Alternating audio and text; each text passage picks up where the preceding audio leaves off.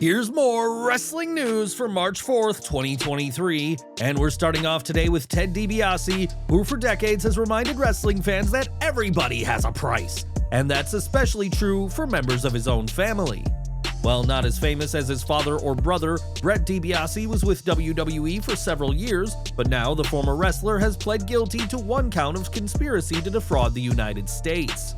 WLBT reports that Dibiase pled guilty in U.S. District Court in what is being reported as the largest welfare embezzlement scandal in Mississippi history. Bret Dibiase conspired with others to embezzle millions of dollars in temporary assistance for needy families' funding, and in this case, he received $48,000 through his business Restore2 LLC. Not only did Bret receive payment for services he did not provide, as he was supposed to be teaching about the dangers of drug abuse, but he and others covered up these payments by falsifying documents and invoices. District Attorney Jody Owens commented on the situation, where federal partners were praised for their ongoing work in this case. I applaud our federal partners for continuing to pursue federal charges for each and every individual responsible for stealing from Mississippi's most needy and vulnerable citizens. As I have said before, this case is far from over, and both the state of Mississippi and the U.S. government will continue to pursue all those involved in this fraud. The $1 Million Man isn't clean in this scandal either, as in 2020, it was reported that he received over $2.1 million in welfare funds, and the next year, a court ordered him to pay back $722,299 of the misappropriated funds given to his Heart of David Ministries. Last April, it was reported that Ted had personally received a $250,000 check from the Family Resource Center, and even sent images of the check in an email to Bret, saying, "Look what I got today." Bret is now looking at up to 5 years in federal prison and a fine of up to $250,000 when he is sentenced at a later date, as the former superstar's actions have come back to haunt him. In recent weeks, it's been no secret that WWE has had their eye on AEW talent, with names including Kenny Omega and MJF being on Triple H's radar. Some have even suggested that WWE's treatment of Cody Rhodes has been done to try and coax some AEW guys to jump ship, but it's not just established stars that WWE wants. During this week's Dynamite, Commander competed in the Face of the Revolution ladder match, though was unable to win the match as that accolade went to Powerhouse Hobbs. In the latest Wrestling Observer newsletter, though, Dave Meltzer reported that Commander is very much on WWE's radar, though signing him could be easier said than done. Not only is Commander under contract with the Mexican KAOZ promotion, but he is also set to compete in the annual 16-karat gold tournament for the German promotion WXW next week. It was by competing on AEW programming that Dragon Lee caught the attention of WWE, and he is expected to debut in NXT soon enough, and perhaps we could be seeing Commander on the Gold brand in due time.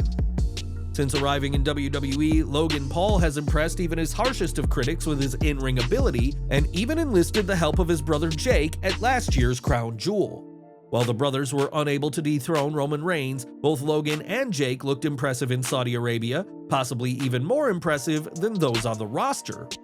Speaking on his To Be the Man podcast, Ric Flair said that both of these kids are better than some of the guys that do it full time, and said that it makes sense that Logan has been training with Shawn Michaels. Jake Paul has expressed interest in joining WWE, but that move hasn't happened so far. And would you like to see Jake and Logan be a team in WWE? Sound off in the comments.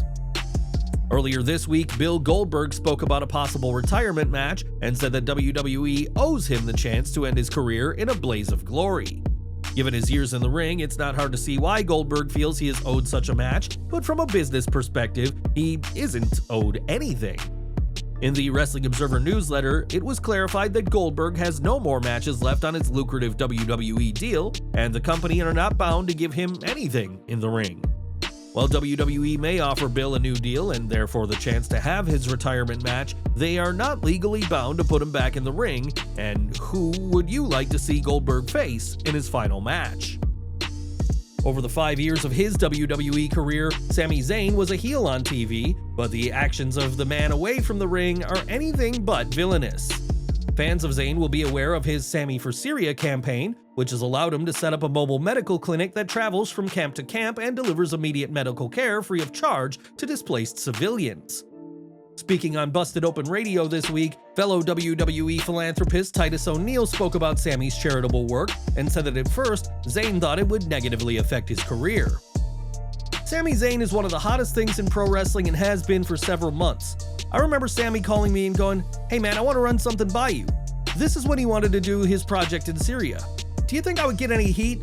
He ran it by me, explained everything, and asked, "Do you think I would get any heat for doing so?" I said, "If anybody gives you heat for trying to do something that makes a significant and positive change for something you believe in, then you don't need to be working at this company." I've always felt that way. If you don't believe what I'm doing to help other people, not only in conjunction with our WWE community team, but separately from that, then this isn't going to be the place to work for me. Like Zayn, Titus also does a lot of fundraising and charitable work, though in Tampa rather than Syria, and we can only hope that Zayn's recent surge in popularity and his charitable work will inspire others to do what they can to help those less fortunate. Sami Zayn arrived on WWE programming as part of NXT in 2013, but the former honorary Uso had been wrestling long before that.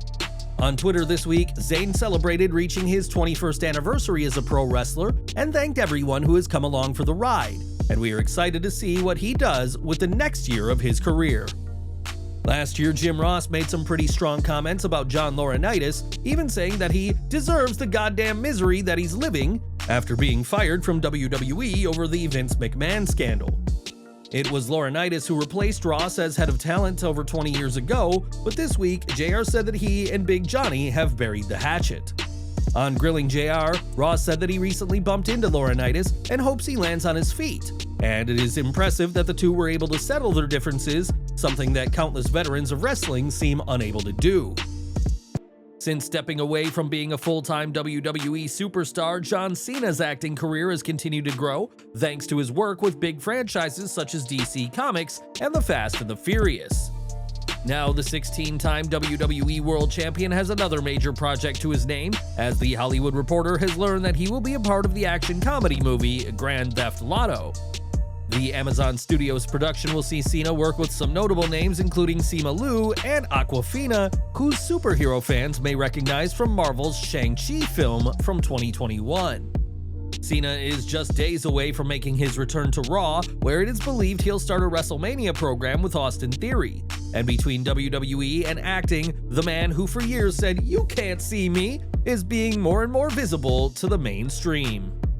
And we're ending today with AEW's Rebel, who hasn't been seen with Britt Baker and Jamie Hayter as of late, and there's a big reason for that.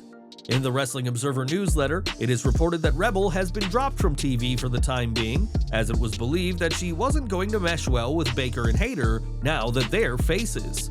Given that Baker and Hayter are feuding with Toni Storm and Saraya, it would have been odd for the faces to have the numbers advantage, and it remains to be seen when we'll see Rebel on TV again.